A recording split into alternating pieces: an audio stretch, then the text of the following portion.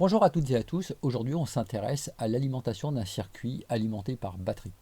Alors quand on alimente un circuit par batterie, eh bien on a tout intérêt à ce que ce circuit soit alimenté uniquement quand on l'utilise. Et si vous prenez l'exemple de votre balance de cuisine, si vous en avez une balance électronique, eh bien cette balance de cuisine, elle dispose généralement d'un bouton poussoir qui permet de la mettre en fonction. Et après un certain temps d'inutilisation, cette balance va s'éteindre toute seule, automatiquement. Donc c'est ce qu'on utilise aujourd'hui dans notre étude. Donc le circuit ressemble à ceci. Donc ce circuit, deux éléments importants.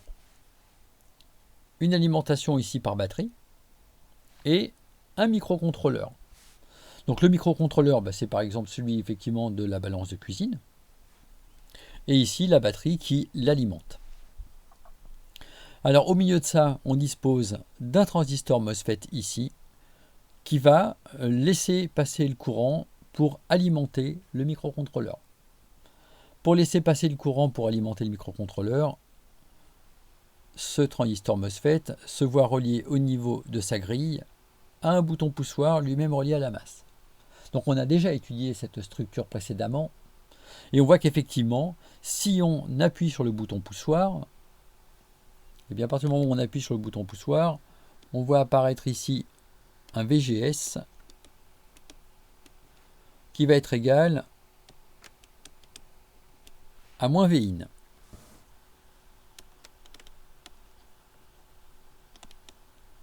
Donc ça c'est appui sur SW,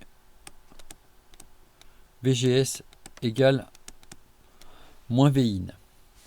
Alors si Vin est suffisant, c'est-à-dire si la batterie est encore suffisamment chargée, eh bien ce moins Vin sera plus petit que le VGS TH du MOSFET canal P. Attention, on a bien un MOSFET canal P,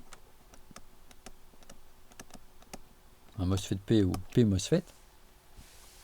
Et ça va permettre à notre transistor MOSFET de se saturer. Donc j'appuie sur le bouton poussoir, le MOSFET se sature. Si on n'appuie pas sur le bouton poussoir, on a déjà étudié ça, eh bien ça correspond à avoir un VGS égal à 0, donc le transistor MOSFET est bloqué. Bien, donc on se trouve donc dans la configuration où on vient d'appuyer sur le bouton poussoir, donc je considère que pour l'instant je suis appuyé ici, le MOSFET entre en conduction, et l'alimentation se fait par le canal du MOSFET. On a donc un courant I qui va être délivré à notre charge, et notre charge ici, c'est donc le microcontrôleur. Alors on peut placer une petite capacité ici, qui va venir stocker au moment de l'appui un petit peu d'énergie pour laisser le temps au microcontrôleur de venir ensuite valider son alimentation. On réalise en quelque sorte un automaintien. Donc l'idée, c'est que dans les toutes premières actions du microcontrôleur, eh bien ce microcontrôleur vient imposer ici sur la sortie Vout, alors pas du 5 volts, pardon,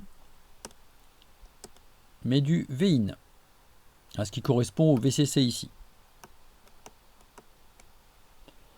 Ce VCC, s'il est suffisant, il nous permet d'avoir ici un VGS. VGS qui va être donc égal à VCC et qui sera donc supérieur ou égal au VGSTH de mon MOSFET à canal N. Et là, par conséquent, mon transistor va se saturer. Donc, il se sature. Et le courant circule maintenant comme ceci.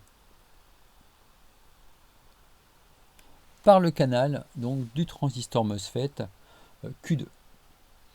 Ça, c'est ce qui me permet d'obtenir un potentiel au niveau de ce point-là qui reste proche de 0 volts, même quand on relâche le bouton poussoir.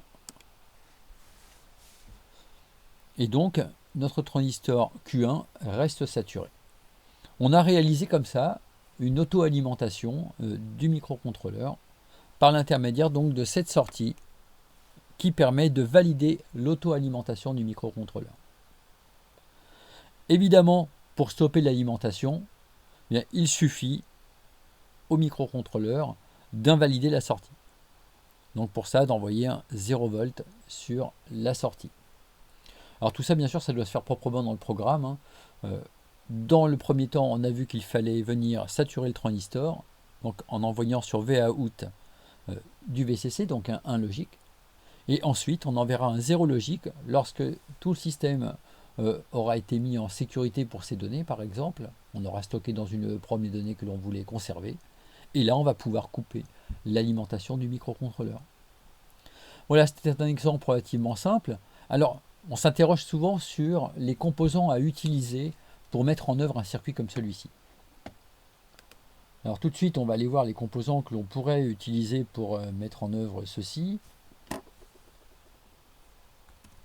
Alors pour le transistor MOSFET de type canal P, on peut prendre soit le FDN 340P auquel on est habitué, on l'a déjà vu dans le circuit de l'Arduino Uno. On peut en prendre un qui va permettre de descendre un petit peu plus bas au niveau du VGSTH, c'est le FDN 342P. Alors des caractéristiques équivalentes en termes de tension et de courant. En termes de RDS-on, c'est à peu près équivalent. Donc quand on précise ici le moins 20 volts, ça correspond à ce qui est possible en termes de VDS, hein, entre le drain et la source. Entre la gate et la source, on est généralement plus bas. Sur ces modèles-là, on est en plus ou moins 8 volts admissible. Donc avec un VGSTH qui descend à 2,5 volts, alors pour que les choses soient bien claires, on a souvent besoin d'avoir des chiffres. Et là, on a un chiffre intéressant. On voit que le RDS-on reste quand même à 0,13 ohm lorsqu'on a un VGS de moins 2,5 volts. Donc avec un VGS de moins 2,5 volts, je pourrais saturer correctement mon transistor. Et même un petit peu en deçà. Pour le canal N, on trouve également facilement dans la même famille un FDN 327N qui nous permet de tomber à 1,8 volts en VGS.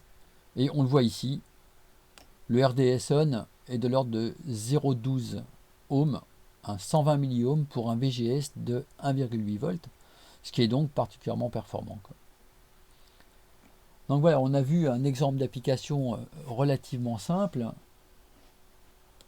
pour pouvoir réaliser l'auto-alimentation d'un circuit à base de microcontrôleur à partir d'une première impulsion sur un bouton poussoir.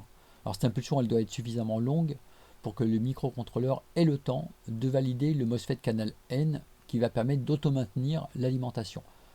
On peut améliorer un petit peu le circuit en plaçant une capacité qui va permettre, à partir d'une toute petite impulsion sur le bouton poussoir, de rester suffisamment longtemps alimenté pour que le microcontrôleur ait le temps d'auto-alimenter le circuit.